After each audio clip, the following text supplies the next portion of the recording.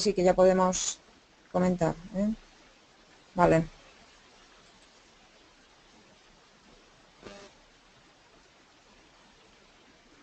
Hola, buenas tardes. Mi nombre es Pedro Galán, coordinador de AEAL, encargado de moderar este seminario online, que se realiza dentro de las actividades de la SEMO. La SEMO es la Semana de las Enfermedades Oncohematológicas que patrocina AEAL, en la cual intentamos dar información actualizada y veraz sobre las patologías hematológicas a todos los pacientes y familiares de estas, así como al público en general, para poder mostrarles la existencia de estas enfermedades, sus síntomas y sus particularidades. Les recordamos que pueden visitar nuestra página web, aeal.es, en la cual verán vídeos sobre estas patologías, verán información actualizada sobre la SEMO y donde tenemos puestas mesas informativas en las cuales podrán consultar nuestras guías y los folletos informativos. Durante la jornada de hoy contaremos con la doctora Pilar Giraldo, del Hospital Quirón Salud en Zaragoza, donde dirige un grupo de investigación y también forma parte del Instituto de Investigación Sanitario de Aragón, perteneciente al CIBER. La doctora va a realizar esta presentación de manera desinteresada para todos los socios y la gente que se ha querido apuntar de AEAL. Procederemos a explicar un poquito la dinámica del seminario y agradecemos enormemente el tiempo que ha dedicado la doctora para presentarlo. La dinámica del seminario es la siguiente. El ponente realizará una exposición. Durante la exposición pueden consultar las dudas que les vayan surgiendo y que serán contestadas en un turno de preguntas al finalizar el seminario. Estas preguntas se pueden realizar mediante la ventana que tienen disponible, por la que nos llegarán y que iremos leyendo. Sin más, damos paso a la doctora Giraldo para que presente este seminario web. Doctora, ¿está usted preparada? Estoy lista. Muy bien, pues adelante. ¿Me oyen? Sí, Vale. le oímos perfectamente. Vale, de acuerdo. Pues nada, buenas tardes. Muchas gracias por invitarme a hacer esta presentación. Intentaré hacerla lo más sencilla y práctica posible, pero si ven que hay algo que comento que no se entiende o que queda un poco incompleto, pues para eso están ahí, para hacer las preguntas convenientes. Entonces, les voy a explicar un poquito cómo lo voy a hacer. Se trata de hacer, lo que me han comentado, hacer una puesta al día de las cosas más recientes y relevantes con respecto a las enfermedades que nosotros tratamos, y en este caso, pues para la leucemia linfática crónica, diríamos que estamos viviendo una etapa nueva, una etapa en la cual han aparecido y están apareciendo con gran rapidez nuevas formas de tratar esta enfermedad que están ofreciendo una posición de ventaja con respecto a los fármacos que teníamos anteriormente disponibles. Esta forma de leucemia, pues como su nombre lo indica, es crónica, es una enfermedad en la cual normalmente el paciente no tiene una situación que le produzca un compromiso grave de su estado de salud. Es una enfermedad crónica que puede estar ahí pasando desapercibida, sin dar unas manifestaciones clínicas muy llamativas, y que es en estos momentos, y siempre ha sido así, el tipo de leucemia más frecuente dentro de la población. Normalmente se aprecia en personas de edad superior a 60 años, y en este colectivo, que cada vez es mayor, pues naturalmente cada día están apareciendo un mayor número de casos. Yo lo que les voy a comentar es las guías de actuación nacionales que se han realizado con un consenso de muchos especialistas. Si ustedes ven en la pantalla lo que hay, está expuesto el texto de estas guías en las cuales el grupo español de LLC ha participado activamente, haciendo una revisión de lo más novedoso en esta enfermedad y poniendo al día las guías que se habían elaborado ya anteriormente y publicado en 2013. Es decir, en menos de 3 años hemos avanzado tanto que ha sido necesario renovar lo que se había escrito en aquel momento. Y esto se debe principalmente a las estrategias de tratamiento que están apareciendo para combatir la enfermedad. Si ustedes conocen esta enfermedad, como les decía, es un tipo de enfermedad maligna de las células, de los linfocitos, de las células que nos defienden frente a infecciones y que va en aumento cuando se gana en años.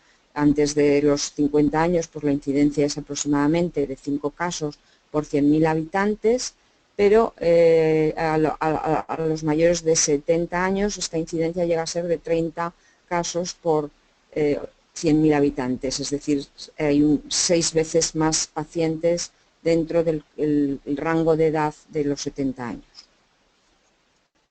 Es algo más frecuente en varones que en mujeres, su causa es desconocida, como en una gran mayoría de las enfermedades hematológicas, y hay un gran número de pacientes que, a pesar de estar diagnosticados de la enfermedad, pues está la enfermedad pero no le da ningún síntoma, se encuentra en una fase como adormecida, como silente, sin que nunca progrese esa enfermedad. Eso ocurre con bastante frecuencia, por tanto hay que tener muy en cuenta todos los factores que conlleva, que acompañan a la enfermedad para tomar en un momento determinado la decisión de instaurar tratamientos si va a ser beneficioso para el paciente o, por el contrario, pues no hacer nada, lo que llamamos vigilar y ver y observar lo que va manifestando el paciente a lo largo del curso de la enfermedad.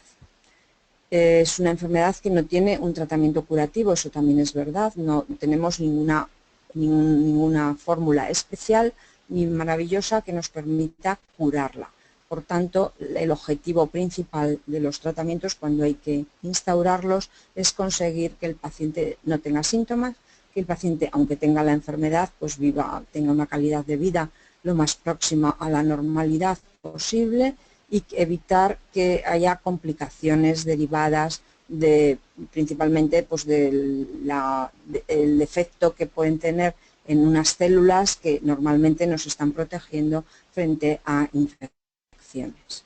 Como además es una enfermedad que aparece en una etapa de la vida en la que se puede tener otras muchas enfermedades asociadas, pues hay que establecer también un perfil del paciente para saber si es un paciente que tiene un estado de salud bueno, lo que se llama coloquialmente o por influencias del lenguaje inglés, fit, y los pacientes que por su situación adicional a la leucemia linfática crónica, que normalmente la llamamos LLC, pues tienen otras enfermedades que conllevan un mayor riesgo cuando el paciente además tiene esto. Estos son los que se conocen como unfit. Desde los años 90, en los años 90 ya hubo una primera apuesta para que los pacientes con esta enfermedad tuvieran un tratamiento que les permitiera tener una buena calidad de vida, y fue la introducción de medicamentos nuevos que para entonces no podíamos pensar que pudieran existir, eran los análogos de las purinas, fármacos que lo que inducen es a la muerte celular normal de la célula. Lo que ocurre en la leucemia linfática crónica, realmente, aunque existe una mayor producción de estos elementos, de estos linfocitos por parte de la médula ósea, lo que fundamentalmente está alterado es la muerte de la célula. Es decir, toda célula, como todo ser vivo, tiene un periodo de crecimiento y un periodo en el que va a desaparecer, que se va a eliminar. Pues en este caso la célula de la leucemia linfática crónica tiene un defecto en su mecanismo normal de muerte, que se conoce como apoptosis, y las células se van acumulando. Por eso hay pacientes que pueden tener un aumento de tamaño de sitios donde se fabrican linfocitos, como son los ganglios linfáticos, o aumento de tamaño del bazo, del hígado incluso, y es porque ese acúmulo celular son células incapaces de morir, están ahí manteniéndose vivas constantemente. Estos análogos de purinas que aparecieron en los años 90 pues combinados con otros fármacos, conseguían que la célula por sus propios medios se muriera.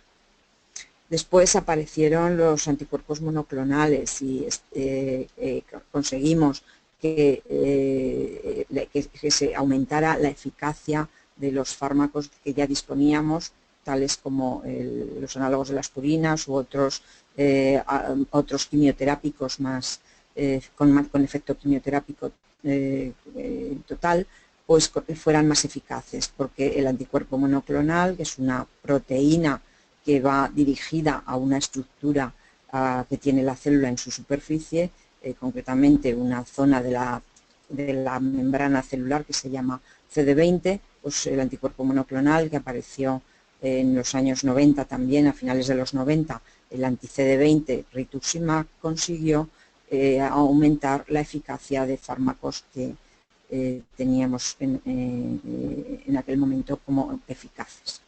Pero en los últimos 2-3 años han surgido tanto otros anticuerpos monoclonales más eficaces que rituximab, que el primer monoclonal, y otras nuevas moléculas que son más dirigidas a las vías del funcionamiento intracelular, que se conocen como inhibidores de una tirosinquinasa, de una enzima que tiene la célula, que es la que le permite estar constantemente en situación de activo.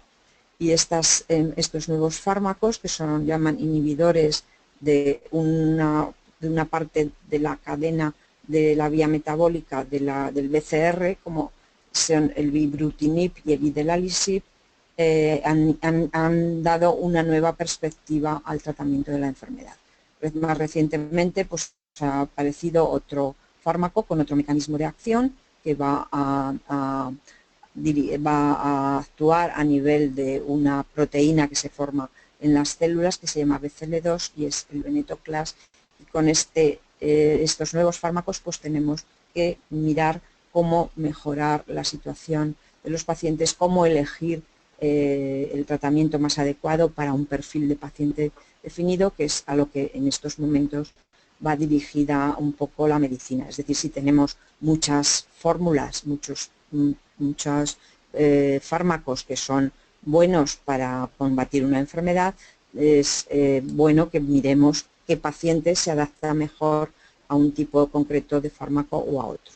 Para eso pues, se requiere conocer las manifestaciones clínicas de los pacientes, las características biológicas individuales de cada paciente, es decir, si existen además pues, una serie de defectos moleculares a nivel genético que pueden decirnos si ese paciente tiene un mejor pronóstico o un peor pronóstico, y establecer toda una valoración de localizaciones y de gravedad de la enfermedad, además de conocer las otras enfermedades que pueden estar conviviendo en el mismo paciente para después poder tomar una decisión de tratamiento consensual.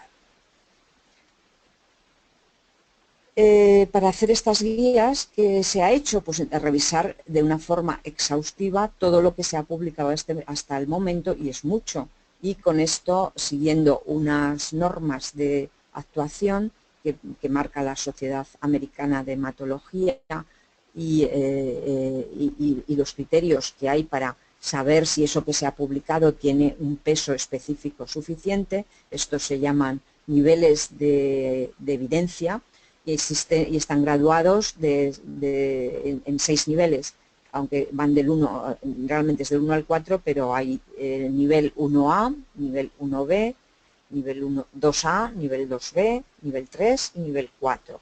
Y esto depende de esos niveles de evidencia, es decir, el nivel 1A es el más evidente, es decir, es aquello que queda demostradísimo con las publicaciones que se han analizado que es lo mejor, hasta el nivel 4, que son opiniones o documentos con experiencias clínicas más pequeñitas, o de casos aislados o series pequeñas.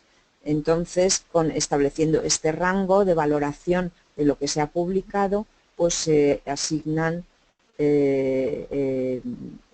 a los criterios que se establecieron para considerar las opciones generales de tratamiento y la valoración individualizada del paciente. Todo esto revisado por este grupo de expertos que constituía en esos momentos el grupo español de la LLC, pues se ha recuperado, o se ha puesto al día esta guía para que todos los hematólogos españoles pues tengan una forma de trabajar más o menos igual para todos. Son recomendaciones, tampoco es una guía que haya que seguirla al pie de la letra. Generalmente las guías son para eso, para tener un documento de apoyo de lo que hay que hacer, aunque después siempre va a predominar el criterio individual de cada médico, que es el que mejor conoce a su paciente. Entonces, en la valoración de los criterios para establecer el tratamiento, pues se valoran toda una serie de parámetros, como son pues, el tamaño del bazo. Ya sabemos que los pacientes con LLC pueden tener el bazo aumentado de tamaño, pues en función de si ese tamaño es más o menos grande, tenemos una indicación o no de tratamiento. Si los ganglios linfáticos que están aumentados porque están ahí acumulados, los linfocitos tienen un tamaño determinado, generalmente se consideran más de 10 centímetros como un tamaño muy grande o que están creciendo, pues también es otro motivo de que puede ser indicador de empezar el tratamiento, que el paciente tenga anemia o las plaquetas bajas, que la cifra de leucocitos, de linfocitos concretamente, que estos pacientes tienen en la sangre aumente progresivamente y que en menos de 6 meses haya una duplicación de las cifras absolutas de linfocitos. Es otro indicador, que además pueden tener los pacientes otras manifestaciones de carácter autoinmune, porque hay un compromiso en algunos casos de la inmunidad del sujeto al estar los linfocitos B, como he dicho al principio, muy ligados al sistema defensivo del organismo, y eso se llama sistema inmune. Pues a veces estos pacientes, ese sistema inmune se altera de forma que atacan a sus propias células y pueden tener anemia o plaquetas bajas debido a un comportamiento de ese sistema inmune anormal. El tener manifestaciones clínicas de la enfermedad, como puede ser pérdida de peso, fiebre, sudoración, cansancio, todo eso son manifestaciones clínicas que son valoradas como indicadores de que la enfermedad está activa. Y por supuesto, pues otros parámetros como la valoración exacta de cómo son los linfocitos en sus marcadores de superficie, si el paciente además tiene bajas las defensas humorales, las inmunoglobulinas si están bajas, y desarrolla infecciones. Y luego un punto muy importante y que marca un subtipo de pacientes de mayor riesgo, que son aquellos que tienen una alteración genética molecular que se llama la deleción del cromosoma 17 en el brazo P, o también conocida como mutación en TP53. Este es un marcador que delimita un subgrupo de pacientes que son de peor pronóstico que el resto de los pacientes que tienen una leucemia linfática crónica. Por eso, siempre al diagnóstico el caso se ha de estudiar desde un punto de vista genético-molecular para identificar si existe este marcador, y también en el momento en que la clínica nos dice, o las características analíticas nos dicen que ese paciente está progresando. Ese es otro punto, otro momento en el que es importante conocer si ha desarrollado esta alteración en sus genes. Por otra parte, como decía antes, hay otros factores que se asocian a la enfermedad y que nos pueden indicar si el paciente es de mayor o menor riesgo, como por ejemplo si tiene unos niveles de beta-2 microglobulina, que es una proteína que se mide y nos indica cómo está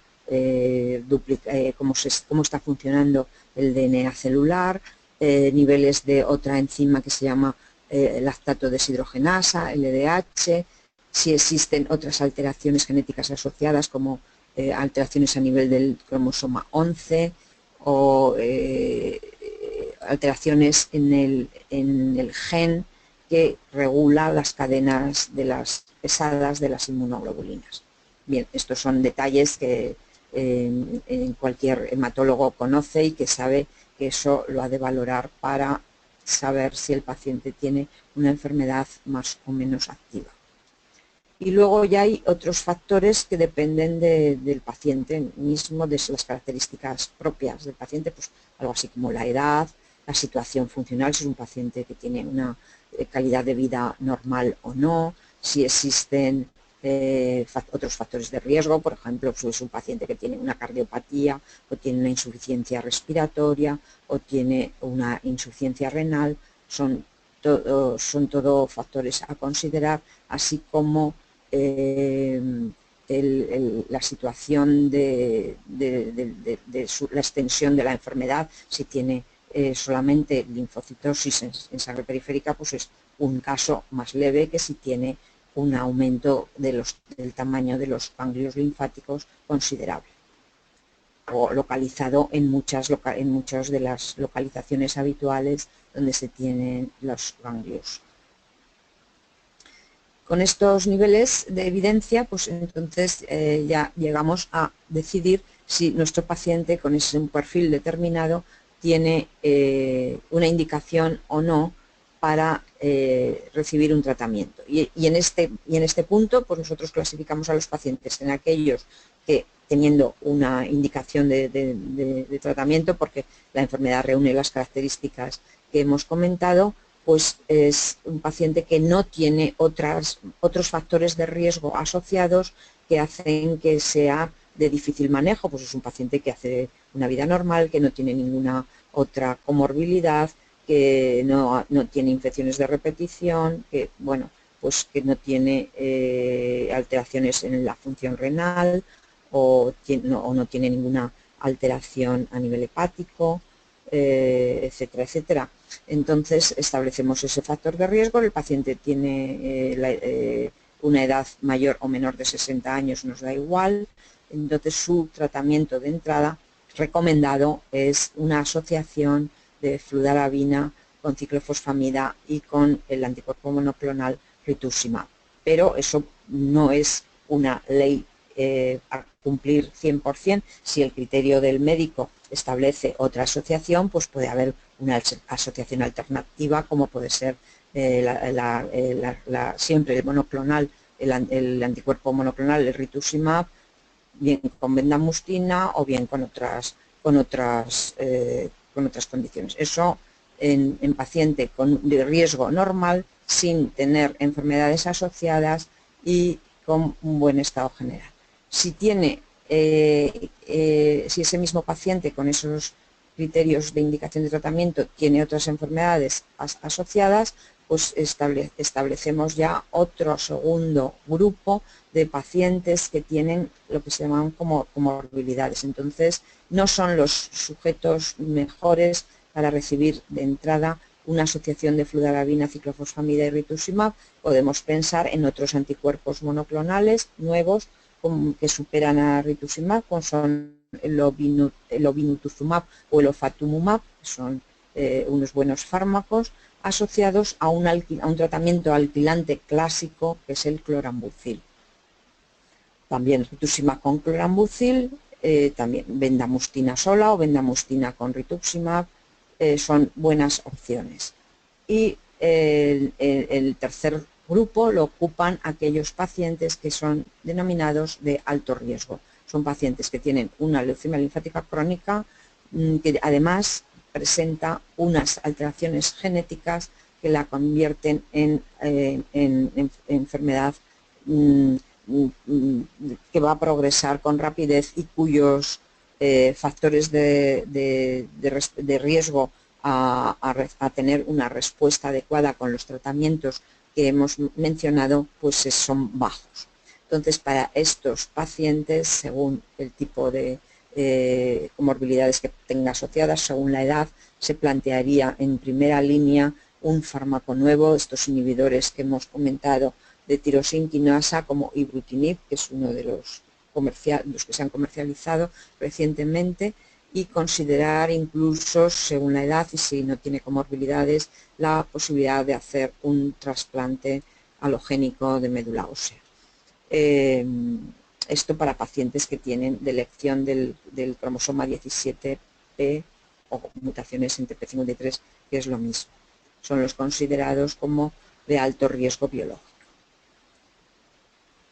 Pero ¿qué pasa con los pacientes que tienen esta enfermedad? Pues normalmente es, como he comentado al principio, es una enfermedad crónica que con el tratamiento conseguimos revertir esa situación de enfermedad activa, pero y que el paciente vuelva a tener una calidad de vida normal, a que vuelva a tener sus parámetros controlados, pero no la curamos con estos tratamientos. Lo que conseguimos es mantenerla estable. Queremos que esté estable el mayor tiempo posible, pero lamentablemente en la mayoría de los casos lo que ocurre es que la enfermedad se vuelve a reactivar y tenemos una recaída de la enfermedad.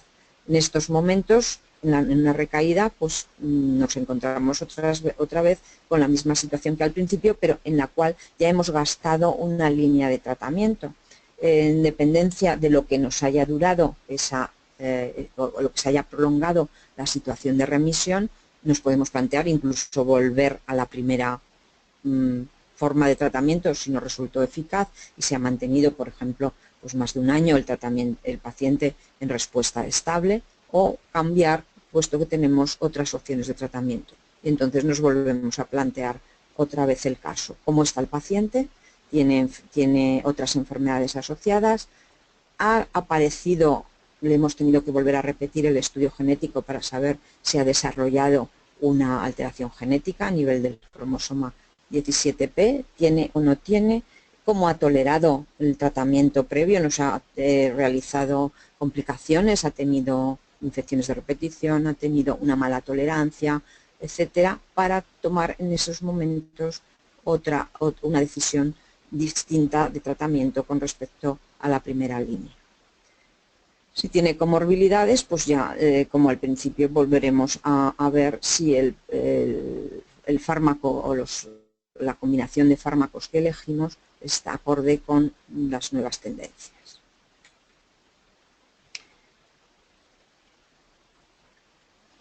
¿Qué pasa con el trasplante de precursores hematopoyéticos para los pacientes con EC? Pues bueno, en general la verdad es que no se utiliza mucho, porque realmente con los nuevos fármacos se puede conseguir unas situaciones de respuesta bastante prolongadas. No hay duda de que el someter al paciente a un trasplante halogénico de médula ósea pues es una decisión que está en dependencia de la situación general del paciente, porque conlleva toda una serie de riesgos de complicaciones durante el procedimiento o después del procedimiento. Si estamos hablando de un paciente de edad, pues bueno, pues nos podemos plantear, ya que existen nuevas formas de abordar el tratamiento, pues el hacer un trasplante o no.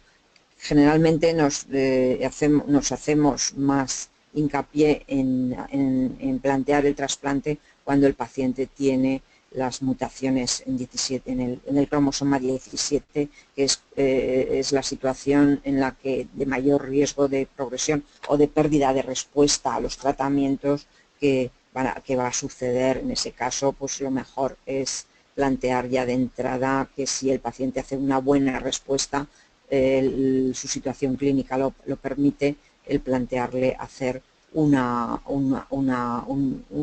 trasplante de un donante familiar si lo tiene, o en todo caso un no familiar, teniendo en cuenta los pros y los contras de este procedimiento. También el disponer de fármacos alternativos.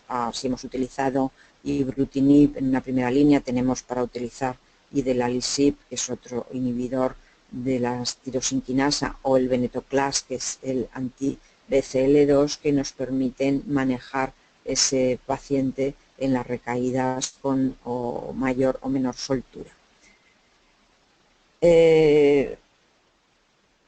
En general, el paciente con LLC, como complicaciones derivadas de su propia enfermedad, tenemos las que hemos comentado antes, o bien riesgo de infecciones porque su sistema inmune está debilitado y entonces puede desarrollar infecciones de repetición. De hecho, pues se recomienda siempre hacer una profilaxis de enfermedades infecciosas que pueden aparecer mientras el paciente está en tratamiento, como es una infección pulmonar por un germen que se llama Pneumocystis jirovecii, que es muy sensible a la utilización de cotrimoxazol, el Septrin, que lo habrán oído comentar si alguno de los que me están escuchando está siendo tratado, pues ya le habrán indicado que 2 días a la semana o 3 días a la semana es conveniente tomar este fármaco para prevenir complicaciones infecciosas por el germen. Otra infección que nos puede aparecer es por virus, ¿no? El citomegalovirus o el herpes zóster, que es algo que se puede también estudiar y prevenir. La tuberculosis, pero es como mucho más infrecuente. Y en casos en que la situación del sistema inmune está muy debilitada, con niveles de defensas humorales, de inmunoglobulinas por debajo de lo normal y con infecciones de repetición, pues hay indicación de administrar periódicamente esas inmunoglobulinas que el paciente no fabrica de forma intravenosa o subcutánea. Existe una formulación subcutánea que mantiene unos niveles de defensas humorales suficientes para prevenir infecciones y resultan eficaces. También es muy importante, y lo recomendamos siempre, el estímulo de esas defensas propias del sujeto haciendo una vacunación. La recomendación es hacer vacunación frente a los gérmenes que son de transmisión respiratoria y sobre todo pues, el virus de la gripe, que va cambiando cada año, la vacuna antineumocócica y también en algunos casos el programa de vacunación incluye el meningococo y otros gérmenes. Otra complicación que puede aparecer es los efectos de ese sistema inmune que se equivoca y entonces destruye células propias del organismo, es lo que se llaman enfermedades autoinmunes, y estas no son infrecuentes dentro del grupo de pacientes con leucemia linfática crónica. Una de ellas es la anemia hemolítica autoinmune, es decir, el sujeto fabrica sustancias, anticuerpos, frente a sus propios glóbulos rojos y desarrolla anemia. Esa anemia provocada por esta situación se trata con cortisona y con inmunoglobulinas. Ambos fármacos son los recomendados.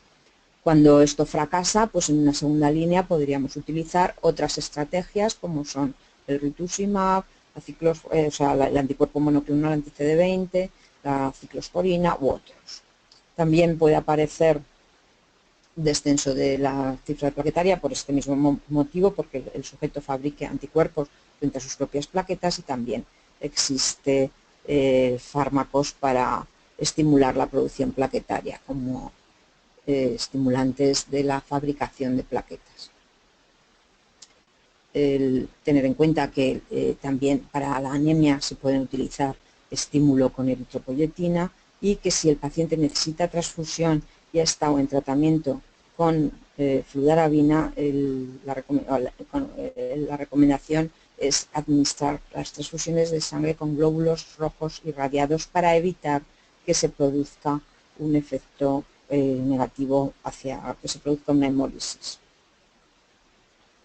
Es importante, y ahora está como muy concienciado todos los hematólogos en el tratamiento de sus pacientes con neoplasias hematológicas, para saber antes del tratamiento si el sujeto ha pasado una hepatitis B o C, porque estos virus a veces se quedan acantonados en las células y pueden volver a reactivarse. Entonces es importante conocer la situación del perfil que tiene el individuo para saber si ha pasado una hepatitis B o C, si está protegido, si está curado, si tiene algo de virus todavía activo, para hacer una determinación y hacer profilaxis en el caso de que fuera positivo la carga viral, y hacer un seguimiento de la cantidad de virus que tiene el sujeto a lo largo del tratamiento. Esto hasta ahí bien.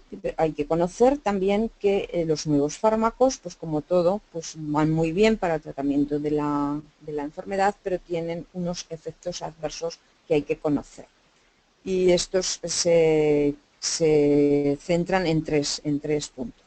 Tanto el ibrutinib, que es el primer inhibidor de tirosinquinasa aplicable al tratamiento de la leucemia linfática crónica que ha aparecido en el mercado, como idelalisib, que es el siguiente, producen o pueden producir, y lo suelen hacer, diarrea o alteraciones a nivel del tránsito intestinal. A veces esto es leve y aparece en los primeros 6 meses del tratamiento y desaparece después, pero en algunas ocasiones es más importante, no se controla bien esa diarrea, produce efectos negativos sobre el sujeto, que tiene que parar incluso el tratamiento y tratarse esa situación de diarrea, de colitis, con fármacos como cortisona o inhibidores del tránsito intestinal, como los antidiarreicos, y dieta adecuada para contrarrestar la diarrea. Otra alteración que puede aparecer, y lo hace con frecuencia, es el aumento, el incremento en las cifras de las enzimas que nos indican cómo funciona el hígado, las transaminasas. Esto se llama ahora comúnmente transaminitis, es decir, el paciente no tiene una alteración funcional hepática que podamos demostrar, pero sí que le sube la cifra de enzimas hepáticos, y es algo que nos preocupa. Si es un aumento leve, lo único que hacemos es hacer un control como muy frecuente, semanal, por ejemplo, de esas cifras de transaminasas, y si es muy elevado, si superan más de 5 veces los valores normales, pues lo que hay que hacer es suspender el tratamiento y esperar a que se vuelva a la normalidad los valores, para reiniciarlo a una dosis más reducida. En algunos casos, si esto no se consigue reducir, pues lamentablemente nos tenemos que evitar este tratamiento. Y el tercer punto que puede complicarse son las neumonitis, o sea, las inflamaciones pulmonares. Este hecho puede estar relacionado con alguna infección, con algún agente infeccioso que estuviera ahí acantonado en el pulmón, como el neumocistis que hemos nombrado antes, u otros, pero ante la sospecha de una complicación de este tipo es imprescindible suspender el tratamiento. Naturalmente, pues bueno, son fármacos eficaces, son fármacos buenos, pero hay que tener en cuenta estos efectos adversos para mantener la eficacia, pero sin hacer daño al paciente. Llevamos también poco recorrido con ellos, porque han aparecido pues bastante recientemente, primero en ensayo clínico, y ahora ya son comerciales. Son fármacos que se pueden indicar sin necesidad de ningún ensayo, pero llevamos también poco recorrido de ellos para a largo plazo conocer cómo puede manifestarse una toxicidad en el futuro. Por último, queda un pequeño grupo de pacientes que se hacen refractarios a los tratamientos, es decir, como he comentado antes, hay recaídas que pueden aparecer en el tiempo, una vez que el paciente está más o menos en situación prolongada estable, pues pueden aparecer recaídas que nos obligan a instaurar tratamientos nuevos y a veces el paciente pues no responde a esos tratamientos. Evidentemente estas son las situaciones en las que nos encontramos en peor las situaciones más desfavorables, pero como he comentado ya, el disponer de fármacos nuevos que nos permiten buscar alternativas, pues es una situación que en estos momentos se puede solventar. Y de hecho, pues no estamos ante el último fármaco ya disponible, vendrán otros que nos vienen a ayudar en este manejo de la LLC. Y en este sentido, pues únicamente yo quería ahora comentar brevemente pues algunas de las cosas que se han dicho en el Congreso al que hemos asistido la semana pasada, el Congreso Europeo de Hematología, que se ha celebrado en Copenhague. Es el congreso que reúne cada año los datos más relevantes con respecto a todas las enfermedades.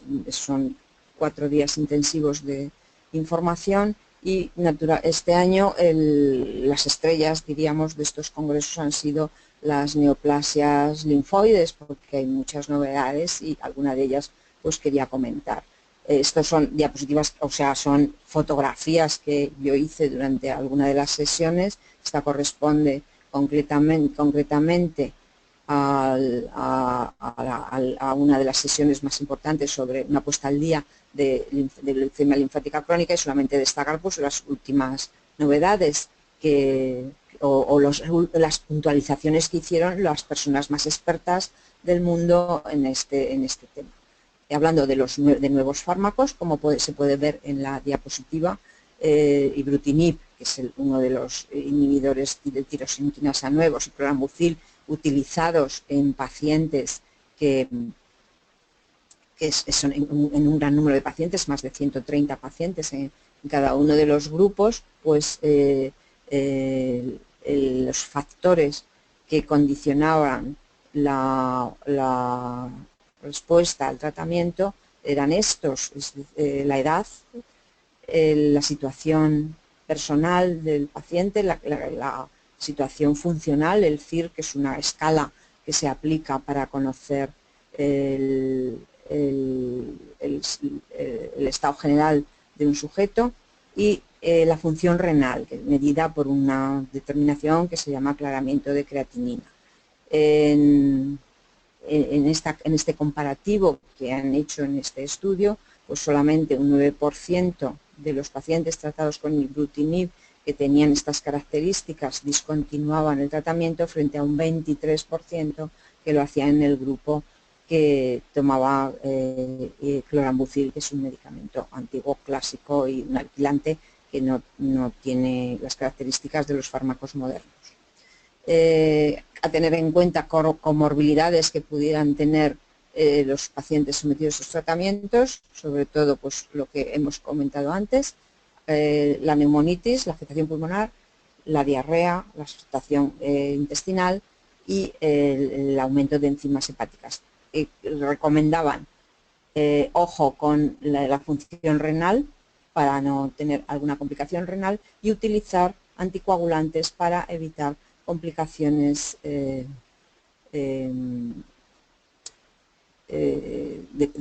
problemas de coagulación. Y en este caso, y con esos biomarcadores, la decisión en la primera línea de tratamiento marcaba, teniendo una alteración a nivel de la TP53, es decir, con alteración genética desfavorable, 17P o TP53, la decisión de tratamiento, la quimioinmunoterapia, es decir, un anticuerpo monoclonal con una quimioterapia, o ibrutinib. Y en aquellos pacientes que tenían una función un estado funcional normal o sin el marcador genético desfavorable, pues la recomendación era la que hemos comentado en la guía: fludarabina, ciclofosfamida, rituximab como anticuerpo monoclonal, o bendamustina rituximab, o clorambucil con un anticuerpo monoclonal anti-CD20. Cuando hay una recaída, estos son pacientes en primera línea, los que están en azul. Los pacientes que están en recaída, pues que tienes en función de cómo tengan el estado mutacional del cromosoma 17, quimioinmunoterapia, ibrutinib y del alisib con rituximab o venetoclax. Un poco, pues, es en la línea de lo que se ha comentado en las guías que os he marcado. Bueno, todos los fármacos disponibles y con sus factores predictivos y bueno, pues tenemos opciones donde elegir para ajustar el tratamiento a las características individuales de los pacientes. ¿Cuáles son los marcadores que manejaban el doctor Rossi en esta charla? Pues la situación propia del paciente, la edad, la cantidad de linfocitos que tuviera el sujeto, así como los marcadores biológicos de beta-2-microglobulina y lactodehidrogenasa, los antígenos de superficie del linfocito, la presencia de anticuerpos frente a la hepatitis y su serología, las mutaciones que hemos comentado en el cromosoma 17p y en otros cromosomas, y la valoración del estado mutacional del gen de las cadenas pesadas de las inmunoglobulinas. Estos son los marcadores que manejamos para conocer la situación de la enfermedad, como lo he comentado antes. ¿Y qué ocurre? Pues que estamos en una etapa en la que con estos datos hemos avanzado mucho, pero queremos conocer más características, detalles de la enfermedad, y para ello pues las nuevas técnicas de secuenciación masiva de todos los genes que están involucrados en la LLC, que es algo que ya se conoce, pues son líneas en investigación para buscar más zonas de diana terapéutica, para buscar nuevos fármacos que mejoren el resultado de los actuales y que mantengan al paciente en situación de respuesta completa, que es lo que queremos, que el paciente responda, esté estable y que no precise continuar con tratamientos, que pueda descontinuar un tratamiento, que pueda estar sin tratarse. Este es un ejemplo de uno de los últimos fármacos que se han comercializado, el venetoclax, que es para indicación para pacientes que tienen este alto riesgo con la mutación en 17p, y el estudio clínico en el que se han establecido los criterios para conocer la dosis, que son dosis escalonadas, empiezan con 20 miligramos la primera semana, pasan a 50, a 100, la semana 2, etcétera, etcétera, y en la valoración de los pacientes, pues seguimos lo que ha pasado con ellos. Pues hay pacientes lo verde es pacientes que están en tratamiento y pacientes que han parado el tratamiento. Como podemos ver, es bastante variable, y en aquellos casos que se ha parado el tratamiento, en este estudio concretamente, que es un estudio que ya se presentó en diciembre en el Congreso Americano, pues se habían alcanzado una respuesta completa muy buena. Son respuestas en las que no detectamos ningún indicador de la enfermedad. Y una vez suspendido el tratamiento, pues en este seguimiento que podemos ver que llega hasta casi 40 meses, pues bastantes pacientes, de estos 11, pues 1, 2, 3, 4, 5, 6 mantenían un tiempo prolongado sin necesidad de tratamiento, con lo cual pues vamos avanzando en la mejora de la eficacia de tratamientos, que son además tratamientos de fácil administración, son tratamientos orales y permiten discontinuarlos y mantener al paciente en una situación de respuesta completa. Y por mi parte no se me ocurre en estos momentos nada más que comentar y quedo a la espera de si ustedes quieren hacer algún comentario o que les aclare alguna cosa. Muchas gracias. Pues muchísimas gracias, doctora. Tenemos alguna duda que nos ha llegado. Lo que pasa es que también creo que la ha ido respondiendo a lo largo de la presentación. Ya. Pero bueno, le comento. Nos hablan un poquito sobre los estudios. A José Luis le han ofrecido entrar en un estudio del LLC, no nos indica de qué es, pero tiene un poquito de miedo. ¿Qué le podría explicar usted sobre los estudios para los pacientes del LLC? Bueno, el hecho de empezar o de estar incluido en un ensayo clínico, por una parte es algo, para decir las cosas positivas, es algo muy positivo. Por una parte tienes acceso a fármacos que de otra manera no se podrían utilizar. El paciente está totalmente controlado, es decir, todo la valoración, todo lo que es el seguimiento y todas las cosas que vayan a ocurrir van a estar súper controladas. Los ensayos clínicos tienen esa ventaja.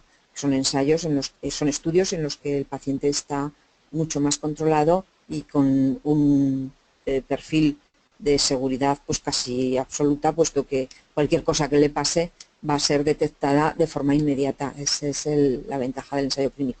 Inconvenientes, bueno, pues tiene que visitar más el hospital, a veces hay que hacer más pruebas de las que harías regularmente en una atención habitual de la rutina de la enfermedad y luego como posible causas que no puedes controlar, efectos adversos desconocidos hasta ese momento que pudieran aparecer. Pero si sopesas una cosa con otra, siempre creo que gana el estudio clínico, porque le das al paciente una ventaja con un fármaco que puede utilizar, que de otras formas no sería posible. No sé si le he contestado lo que quiere que le conteste, o si tiene más dudas, pues quedo a su disposición. No nos comenta nada más, así que entiendo que sí. Nos comentan también, aunque lo ha explicado un poquito, cuál es... María, su padre está siendo tratado del LLC y tiene miedo a que, como todos los pacientes del LLC son gente, o todos, la mayoría de los pacientes con el LLC son pacientes mayores, el que no se siga investigando en esta patología. Como nos ha Pues ya explicado... ve que... Sí. Ya, sí, siga. Sí, como nos ha explicado, parece que se sigue investigando, y eso, si nos podía Bueno, dar un poquito ese rayo de esperanza que hemos y por visto que se supuesto, sigue. ¿no? Ya te digo que hasta hace unos años no había prácticamente nada nuevo en relación con este tipo de enfermedad, con la leucemia linfática crónica.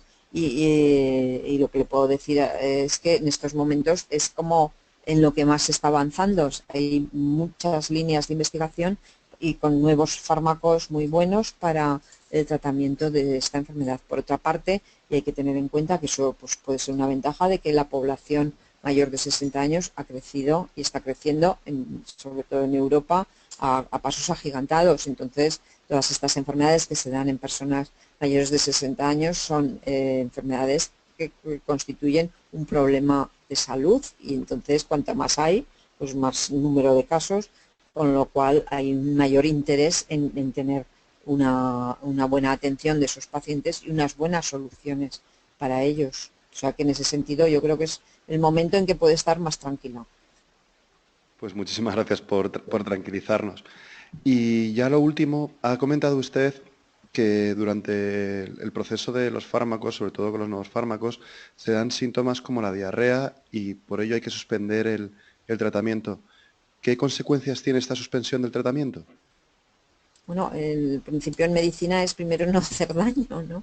Entonces queremos al paciente tratarle la enfermedad, pero si le causamos otra enfermedad que pueda comprometerle su situación general, pues es evidente que no podemos hacer.